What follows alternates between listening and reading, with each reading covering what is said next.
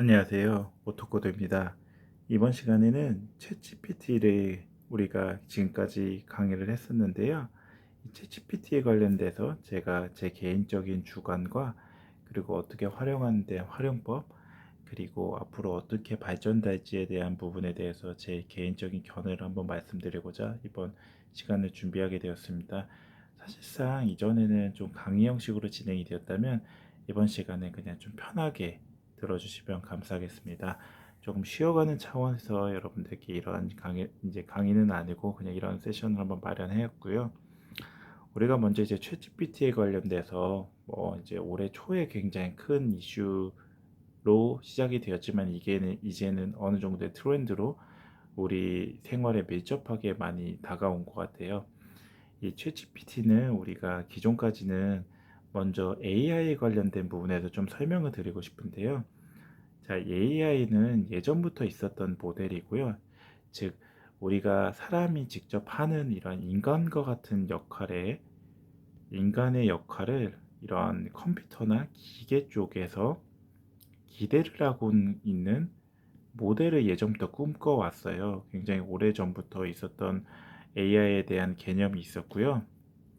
그게 최근에 우리가 챗GPT라는 것을 통해 가지고 어느 정도 이제 챗GPT가 사실상은 예전부터 그런 개념은 있었는데 우리가 기대했던 게 어떤 식으로 발현이 되었냐면 AI 안에서 우리가 이런 식의 AI에 대해 먼저 모델링을 좀 만들어 보고 싶은데 그냥 참고쳐 말씀드립니다.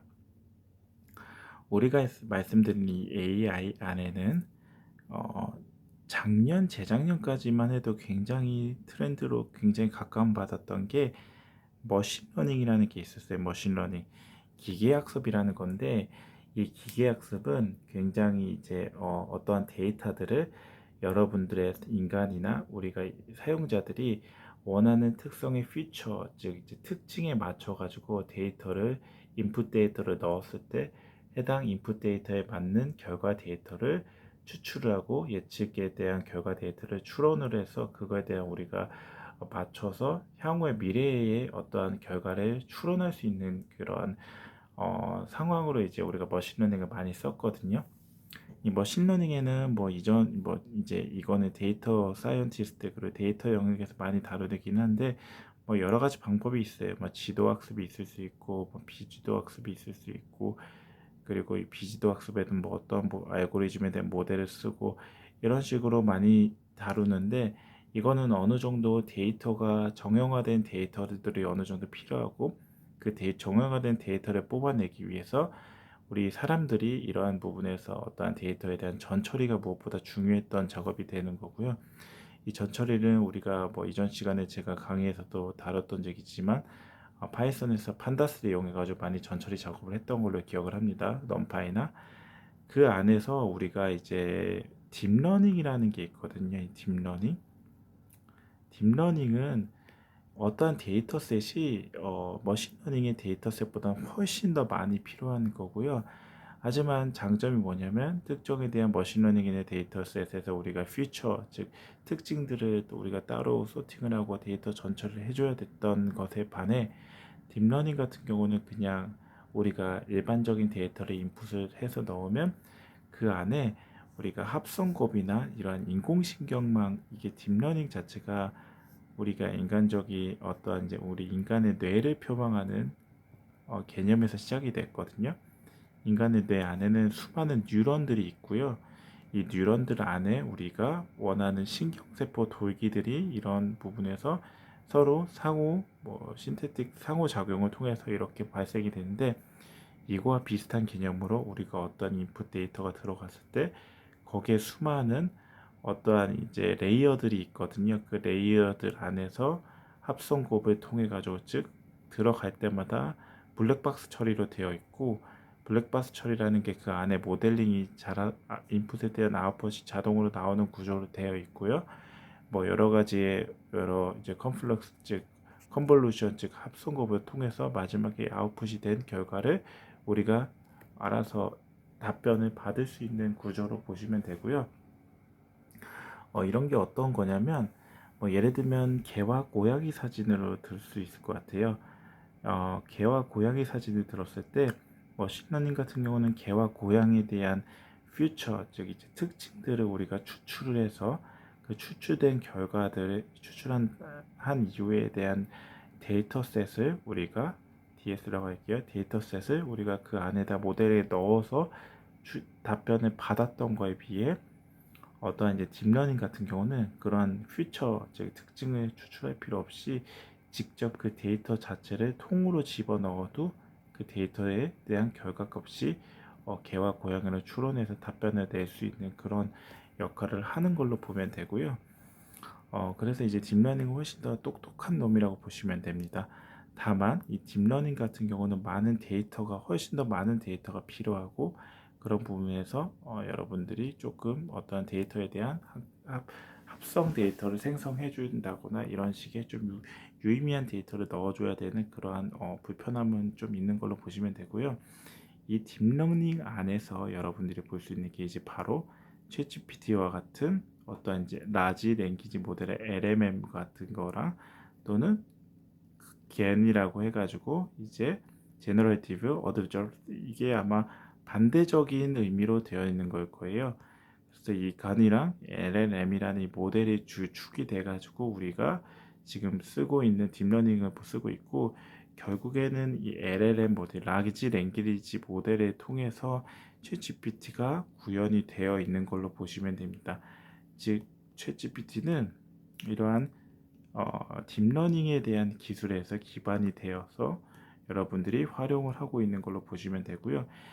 GPT의 용어를 조금 더 풀이를 해서 드리면 이 GPT 자체는 특히 P 자체가 프리 트레인이라는 약자예요. 프리 트레인.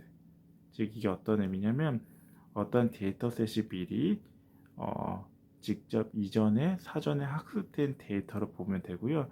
T라는 게 이제 트랜스포머의 약자거든요. 트랜스포머, 포머, 네, 좀 스펠링이 좀 안 좋아도 좀 양해 부탁드립니다. 자, 이 트랜스포머라는 거는 구글에서 개발을 했던 모델 알고리즘이고요.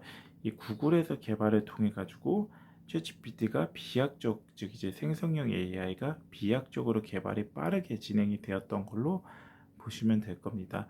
이 트랜스포머라는 거에 대한 부분을 여러분들이 이제 인터넷에서 찾아보면 자세히 나와서 확인을 하실 수 있고요. 자, 이렇게 해서 우리가 챗GPT가 나오게 된 과정까지 한번 설명을 드렸습니다. 그러면 챗GPT가 우리는 이제 이게 단순히 챗GPT가 그냥 하나의 그냥 유행처럼 나갈 것이냐 또는 아니면 우리의 산업을 바꿀 어떤 하나의 이제 기술 이제 혁명으로 들어올 거냐라는 질문을 하시는 분들이 있었거든요. 어떤 것이 있냐고 여쭤봤을 때 저는 개인적으로 이 후자라고 생각을 합니다. 자, 제가 생각하는 그 근거를 말씀을 드릴게요. 우선 이 유행과 혁명은 각각의 어떠한 글로벌에서 리딩하고 있는 빅테크 회사가 이거에 대한 관심을 갖냐 안 갖냐로 저는 판단을 했습니다. 가령 예를 들면 이렇게 설명을 드릴게요.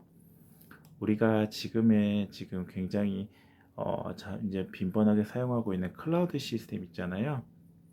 클라우드 시스템이 굉장히 오래전에 나왔지만 이 클라우드 시스템이 처음에 나왔을 때는 인프라 환경을 뭐 시스템 데이터 뭐 이러한 인터넷 뭐 컴퓨터 환경을 어떻게 클라우드에 쓰지?